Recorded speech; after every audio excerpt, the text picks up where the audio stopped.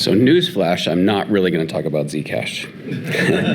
I'm going to talk about something that's been on my heart for the last couple weeks. As I kind of thought about what I might share, I thought this would be more important given everything that's going on. I'm not an alarmist, but I'm going to sound an alarm.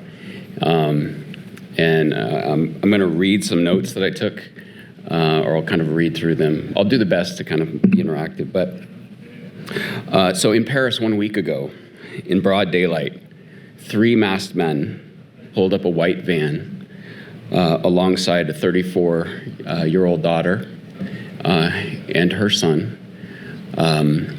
She's the daughter of a founder of a small exchange in Paris, and they tried to kidnap her again in broad daylight. They didn't go after him. They went after his family, which means they knew where his family was going to be. They were brazen, and the people that were doing the kidnapping probably weren't the people that gave the order to do the kidnapping. Also in May, a man was kidnapped by gunpoint in Las Vegas. He was told that he'd be killed and his father would be killed if he didn't hand over his cryptocurrency. He handed over $4 million worth of cryptocurrency and NFTs. They drove him 70 miles out into the middle of the desert, and they left him there. Earlier this year, Ledger co-founder David Belland and his wife were kidnapped and held ransom. David's finger was cut off. David has not been with Ledger for years. He's retired. He's living out in the French countryside. They weren't after his cryptocurrency. They were after Ledger's cryptocurrency. They contacted Ledger. Ledger worked with the police. They started pushing some cryptocurrency out. They tried to use things like Monero to obfuscate their tracks. They weren't able to. They arrested 10 people, 9 men, 1 woman. And again, probably not the people that ordered this to happen. So these attacks are occurring frequently and all over the world. So Jameson Lopp, if you're familiar with Jameson, has published a catalog of known attacks. And in 2025, he's logged 23 so far. But most of the attacks that happen are not published because people are afraid of reattacks. I was just with a founder of a chain forensics tool last week for a dinner, and he was talking about how often he's contacted by New York law enforcement to help track down people that have been attacked in these kinds of ways. I was actually talking about this with somebody close to me last night, somebody I've known for a long time. And they shared with me that they had also been a victim of an attack, and they've just not been public. And they lost 6 figures in cryptocurrencies, and were kind of embarrassed and have not talked about it. So this is happening, and it's happening a lot. Perhaps you think you're not an easy target, and you haven't told anybody about the purchase of the Bitcoin that you've made on Coinbase. You may have seen the news. So last week, Coinbase announced that its systems had been breached, and the names, personal information, account balances, and home addresses, and other personal information was leaked. Somebody had bribed, it was social engineering, somebody had bribed support folks. That information was available to the support folks.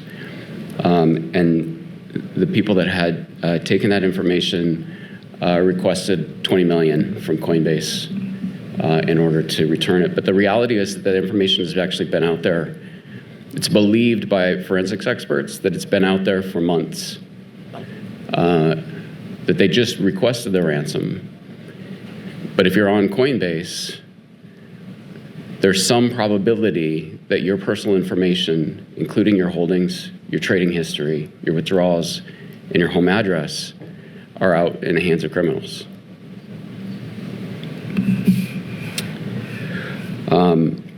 This breach has put people's security at risk. I know for somebody like me who's very concerned about privacy but lives very publicly, there's certain things that I do and I don't do, right? I don't post my kids' information out on the internet. I occasionally post a picture or something. When I purchased my house, I put it in a trust. Because if you're not aware, if you purchase your house and your name is on it, it's a public record and somebody can go look it up and they can look up your address. So I didn't want that, so I put it in a trust. But if I'm KYC'd at Coinbase and I give them my home address, it doesn't really matter, does it? Because that information is out there. And I heard from another executive at the same dinner we were talking about in Toronto last week. And this executive is executive of a very large, very well-known company. And he kind of laughed it off and he said, I'm not a target because I don't really hold that much cryptocurrency.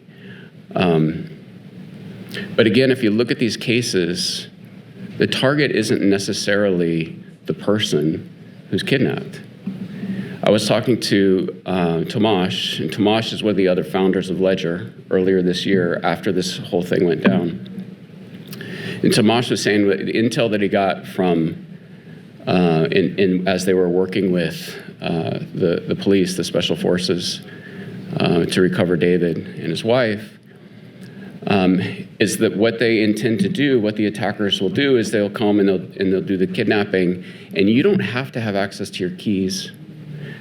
You don't have to even own any cryptocurrency, but because your name is somehow associated with the industry,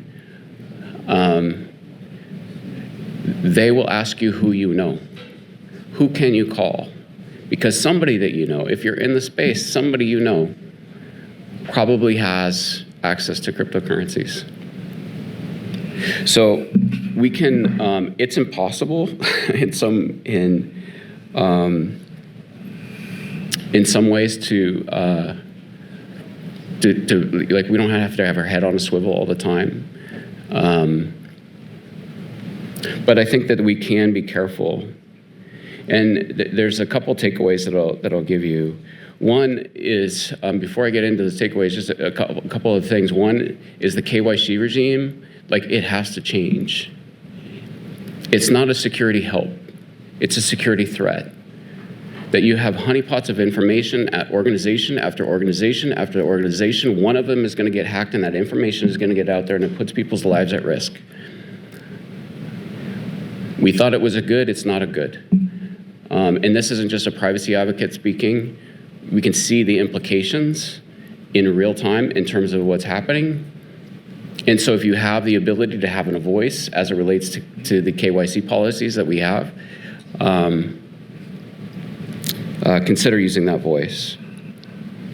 This will get worse with the use of transparent blockchains, where everything, as Ian said, is a Twitter for your bank account. It's just out there and available, and that information is being aggregated with the information that you're disclosing on your social media posts. It's not just the transaction data, it's the whole of you that's being out there and shared over a period of time. And it's going to get worse. Not to be a doomsdayer, we're going to talk about decentralized AI, but you're going to add AI and you're decentralizing surveillance. For the world to have surveillance tools, to be able to aggregate all of this information, to get information about you and your family, where you live, where you like to travel, what your patterns are. And we need to think about the implications not only of what we're doing in terms of technology, but the laws and the regulations that are in place to be able to protect U.S. citizens, because it is not just a personal security issue, it's a national security issue. So I ask you to use the tools that are out there and available that privacy technologists are building. Use Signal, don't use SMS, don't use Telegram. SMS and Telegram are not private. Use Signal, it's a great tool. Use Brave, not Chrome. Use two-factor authentication, but don't use your phone number. Use Zcash, of course. Use a VPN, but be very careful about the VPN that you use. Some VPN providers are also data farmers. So there's some good ones out there like Mullvad and some others, but be careful about the VPN that you're using. You can't be perfect, but what you can do is you can lower your risk. Don't be an easy target, be a harder target. Limit the amount of information that you're leaking. Secondly, I ask you to support developers who are building tech in this ecosystem. A lot of us have been under threat or felt under threat for a long period of time with the actions of Samurai and Tornado Cash and those kind of folks. And we need to actually protect developers here in the US. And then the third, which Michelle was talking about as well, is to continue to reinforce it with their language, normalize privacy in your interactions. It's really just common sense. All right. Thank you. Be well.